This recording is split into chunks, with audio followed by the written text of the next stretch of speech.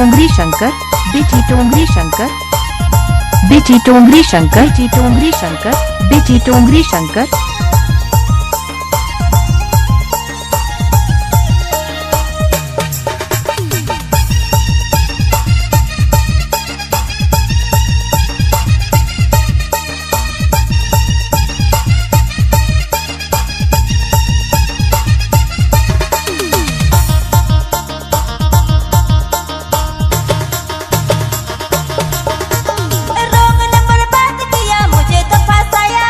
बिची टोंगरी शंकर, बिची टोंगरी शंकर, बिची टोंगरी शंकर, बिची टोंगरी शंकर।